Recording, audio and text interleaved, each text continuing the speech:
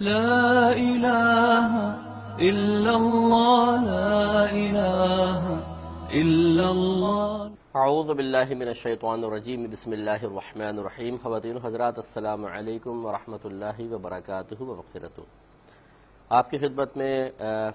احکام شریعت پروگرام اور فقہ حنفی سے متعلقہ مسائل لے کر ایک دفعہ پھر موجود ہے، اور ابھی آپ کو معلوم ہے کہ فرض علوم کے بارے میں کلام چل رہا تھا۔ 3 طرح کے علوم سیکھنا ہر عاقل بالغ مسلمان مرد و عورت پر فرض ہوتا ہے، جن میں سے پہلا عقیدے کا علم ہے، اور یہاں فی الحال میری عقائد سے مراد عقائد اسلام ہیں، یعنی وہ بنیادی عقیدے کہ اگر وہ انسان اختیار کر کے رکھے تو اسلام میں رہے گا، اگر ان میں خلل پیدا ہو جائے تو یا تو پھر وہ اسلام سے باہر ہو جائے گا یا کم از کم بدعتی ہونے کی نسبت اس کی طرف کی جائے گی۔ اس لیے یہ اچھی طرح یاد رکھیں کہ عقیدہ ہمیں سیکھنا چاہیے۔ بہت سارے مسلمان مرد اور عورت ہمارے بھائی بہن ایسے ہیں کہ جو کسی عقیدے کو اپنے ذہن میں رکھے تو ہوئے ہیں، لیکن اس کی مکمل تفصیل نہیں جانتے ہیں، اس کا صحیح تعارف کروانے پر قدرت نہیں رکھتے ہیں، اور دلیل معلوم نہیں ہوتی ہے۔ بعض اوقات کسی عقیدے کی وضاحت درکار ہوتی ہے، وہ وضاحت پر قدرت نہیں رکھتے ہیں، تو اس لیے کوششیں کرنی چاہیے۔ یقیناً ہمارا پروگرام اس کے لیے ناکافی ہے، کیونکہ ہمیں کوسچنز کے جوابات بھی دینے ہوتے ہیں، لیکن پھر بھی نہ ہونے سے ہونا بہتر ہے۔ اس بات پر عمل پیرا ہوتے ہوئے کچھ نہ کچھ میں شروع میں آپ کی خدمت میں ذکر کر رہا ہوں۔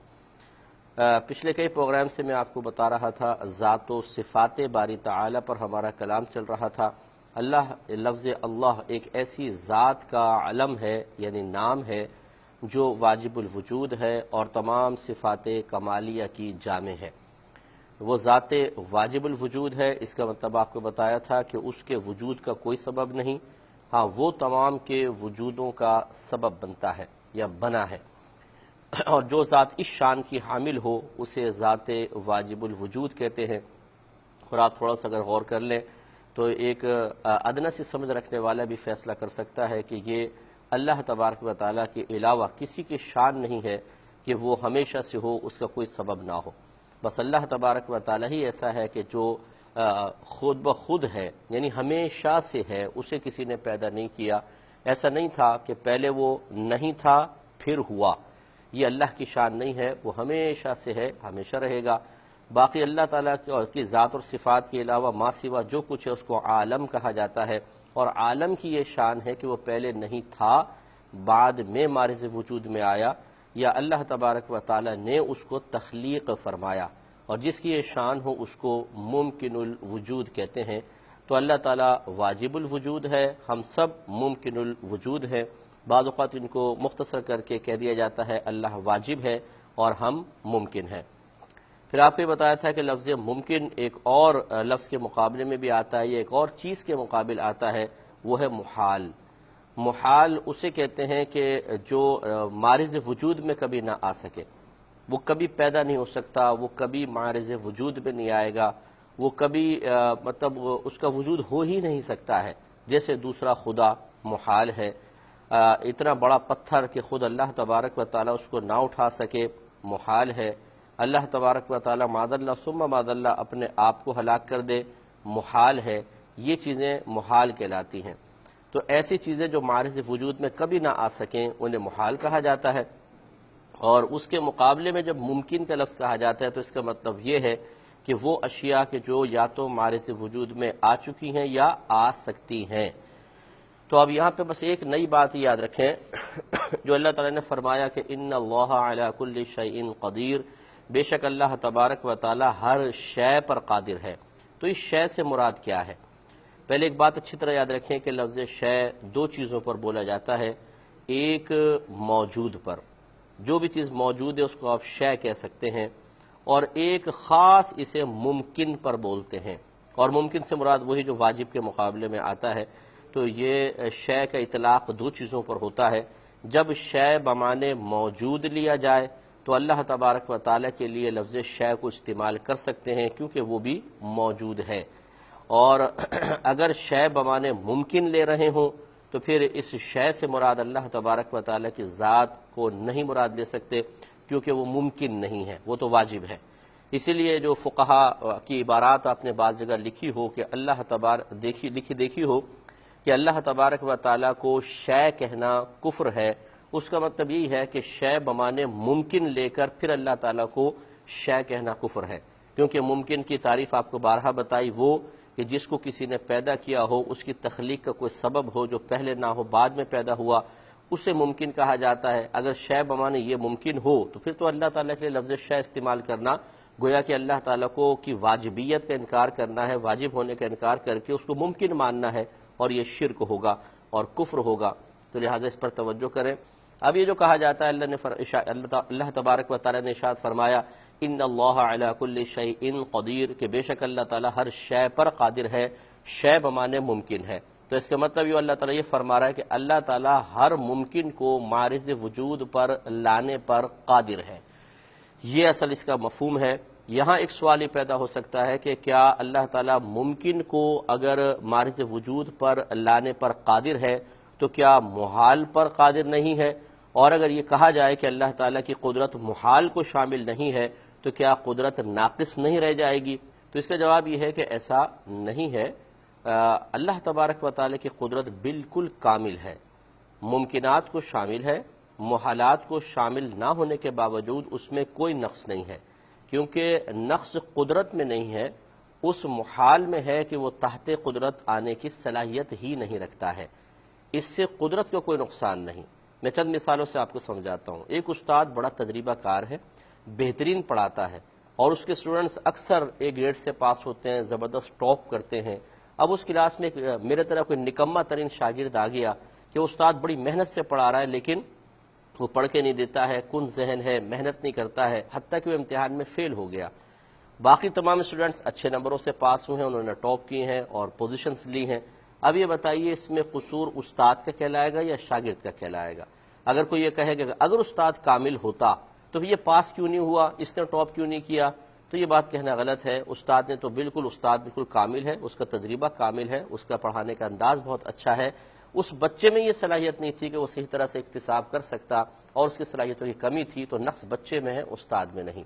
ایسے ہی ہمارے آقا صلی اللہ علیہ وسلم کی تبلیغ انتہائی کامل تھی، اس میں کوئی نقص نہیں تھا، اسے کوئی انکار نہیں کر سکتا۔ اب اگر ایک غیر مسلم آپ سے یہ کہے کہ یہ بتائیے کہ تبلیغ کامل تھی تو ابو جہل ایمان لے کر کیوں نہیں آیا، ابو لہب ایمان لے کر کیوں نہیں آیا، تو اس کا جواب آپ یہی دیں گے کہ ان کے ایمان نہ لانے سے نبی کریم صلی اللہ علیہ وسلم کی تبلیغ میں کیسے نقص ثابت ہو سکتا ہے؟ ان میں یہ صلاحیت نہیں تھی کہ وہ نبی کریم صلی اللہ علیہ وسلم کی تبلیغ کے فیض کو حاصل کر سکتے، تو نقصان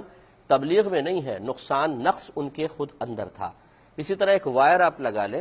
اور اس میں آپ نے 100 بلب لگا دیے، جس میں سے 4 بلب فیوز ہیں، باقی سب صحیح ہیں۔ اب آپ نے بٹن آن کیا، سب آن ہو گئے، 4 بلب نہیں جلے۔ اب کہنے والا یہ کہتا ہے اگر یہ بجلی کامل ہوتی تو یہ 4 بلب بھی جلتے، اس کا مطلب ہے بجلی میں نقص ہے۔ تو آپ کیا جواب دیں گے کہ بجلی میں نقص نہیں ہے، ان 4 بلبوں میں نقص ہے کہ یہ بجلی کے فیض کو حاصل نہیں کر پاتے۔ تو اسی طریقے سے اللہ تبارک و تعالیٰ کی قدرت انتہائی کامل ہے، یہ محالات ہی ایسے ناقص ہوتے ہیں کہ یہ تحت قدرت آنے کی صلاحیت نہیں رکھتے ہیں۔ اور یاد رکھیں کہ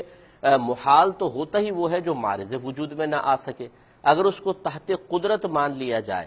تو پھر تحت قدرت تو ممکنات ہوتے ہیں، تو پھر وہ محال رہے گا نہیں، وہ تو ممکن کہلائے گا۔ ہم نے تو یہ فرض کیا ہوا ہے کہ بعض چیزیں ایسی ہیں کہ جو معرض وجود میں آ ہی نہیں سکتی ہیں، وہ محال ہیں، تو اگر وہ تحت قدرت آ جائے تو محال نہ رہے، تو پھر محال کا وجود ایک تصور ختم ہوگا۔ تو محالات معرض وجود میں نہیں آ سکتے، اور اللہ تبارک و تعالیٰ کی قدرت ان کو شامل نہیں ہے، اور اس شامل نہ ہونے میں قدرت میں نقص نہیں ہے، بلکہ محال کے اندر نقص ہے کہ وہ تحت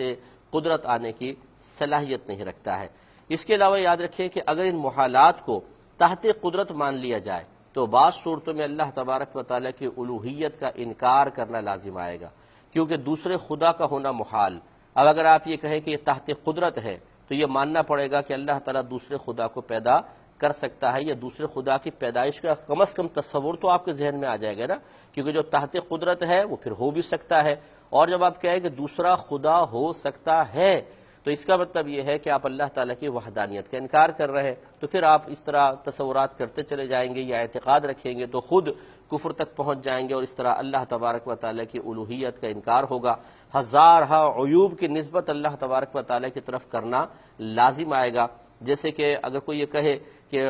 جیسے اللہ تعالیٰ سے جھوٹ یا کوئی گناہ یا کوئی عیب والی چیز کا صادر ہونا محال ہے، ٹھیک ہے نا، یہ محالات ہے کیونکہ عیوب کی نسبت اللہ تعالیٰ کی طرف نہیں ہو سکتی۔ اب اگر کوئی یہ کہے کہ اللہ تعالیٰ جھوٹ بول سکتا ہے تو اس کا مطلب یہ ہوگا کہ اس نے اللہ تعالیٰ کے لیے جھوٹ کو ممکن مانا، تو اس سے پھر اللہ تعالیٰ کی طرف دیکھیں عیب کی نسبت ہو گئی۔ تو اس لیے ہم یہ کہیں گے کہ محالات تحت قدرت ہے ہی نہیں، اور اس سے قدرت میں کوئی نقص ثابت نہیں ہوتا، بلکہ ان محالات میں نقص ہے کہ وہ تحت قدرت آنے کی صلاحیت نہیں رکھتے ہیں۔ لہذا اگر کوئی آپ سے کویسچن کرے کہ یہ بتائیے کیا اللہ تبارک و تعالیٰ اتنا بڑا پتھر بنا سکتا ہے جس سے وہ خود نہ اٹھا سکے، تو ہم کہیں گے کہ اتنے بڑے پتھر کا وجود محال ہے، اور محال تحت قدرت آتا ہی نہیں ہے، لہذا اللہ تعالیٰ کی قدرت اس کو شامل نہیں ہے۔ اس کا مطلب اتنے بڑے پتھر کا وجود کا ہونا یہ ایسا نقص والا معاملہ ہے کہ یہ تحت قدرت آنے کی صلاحیت ہی نہیں رکھتا، لہٰذا اللہ تبارک و تعالیٰ کی قدرت ممکنات کو شامل ہے، یہ اس میں شامل ہونے کی خود صلاحیت نہیں رکھتا، لہٰذا کبھی ایسا ہو نہیں سکتا ہے۔ یہ ایک معقول جواب ہے جو میں نے آپ کو دیا۔ اگر کوئی بیچارہ نادان یوں جواب دے دے کہ اللہ تعالیٰ تو اتنا بڑا پتھر بنا ہی نہیں سکتا ہے، یہ میں نے خود اپنے کانوں سے ایک اسکالر کو سنا جو اپنے آپ کو اسکالر کہتے ہیں بہرحال، اور بہت سے لوگ ایسے ہوتے ہیں کیونکہ عوام ہوتی ہے، وہ کسی کو سن رہے ہوتے ہیں، سمجھتے ہیں کہ جی بہت اچھا بیان ہو رہا ہے، اور ہم چونکہ علماء ہیں، ہم اس فیلڈ کے عرصے دراز سے اللہ تبارک و تعالیٰ نے ہمیں خدمت کا موقع دیا ہوا ہے، ہم جب سنتے ہیں کسی چیز کو تو اپنے علم کی روشنی میں اس کو دیکھتے ہیں۔ ایک چیز کو شاید آپ سن کے کہہ رہے ہو واہ کیا بات ہے، اور ہم کہیں کہ اف کیا بیان کر دیا اس نے، تو انہوں نے یہ جواب دیا کہ ہاں، کسی نے پوچھا کہ اللہ تبارک و تعالیٰ اتنا بڑا پتھر بنا سکتا ہے جس کو وہ خود نہ اٹھا سکے، تو کہا کہ ہاں، ہمارا خدا بعض کام نہیں کر سکتا، وہ اتنا بڑا پتھر نہیں بنا سکتا جس کو وہ خود نہ اٹھا سکے۔ تو اس طریقے سے حقارت کے ساتھ توہین آمیز لہجے میں اور اس طرح اللہ تبارک و تعالیٰ کے لیے اس طرح افعال کا ذکر کرنا جیسے وہ عاجز ہے بہت ساری چیزوں سے، یہ غیر معقول چیز ہے۔ ادب کے ساتھ، احترام کے ساتھ، توہین سے بچتے ہوئے، تحقیر سے محفوظ رہتے ہوئے اللہ تبارک و تعالیٰ کی طرف اس طرح کے امور کی نسبت کرنا، اگر آپ کو دیکھنا ہو تو پھر آپ ہمارے جواب کو اچھی طریقے سے دیکھیے۔ یہ وہ معاملات ہیں، ہمارے اکابرین نے اس طرح لکھا ہے۔ تو پھر میں ایک دفعہ خلاصہ عرض کر دیتا ہوں، اور اس میں کوئی بے ادبی کا پہلو نہیں ہے، کوئی بدتمیزی کا پہلو نہیں ہے، کہ اللہ تبارک و تعالیٰ کی قدرت صرف ممکنات کو شامل ہے، اس کی قدرت کے تحت محالات آتے ہی نہیں ہیں۔ اس سے اللہ تعالیٰ کی قدرت کا ناقص ہونا ثابت نہیں ہوتا، اس لیے کہ اللہ تعالیٰ کی قدرت بالکل کامل ہے۔ محالات میں ایسا نقص ہے کہ وہ تحت قدرت آنے کی صلاحیت ہی نہیں رکھتے ہیں، اور جب آنے کی صلاحیت نہیں رکھتے ہیں تو وہ قدرت کے تحت نہیں، جب قدرت کے تحت نہیں تو مارز وجود میں بھی نہیں آ سکتے ہیں۔ تو نقص محالات کا ہے، اللہ کی قدرت کا نہیں۔ تو انشاءاللہ آپ کو بات سمجھ میں آئی ہوگی۔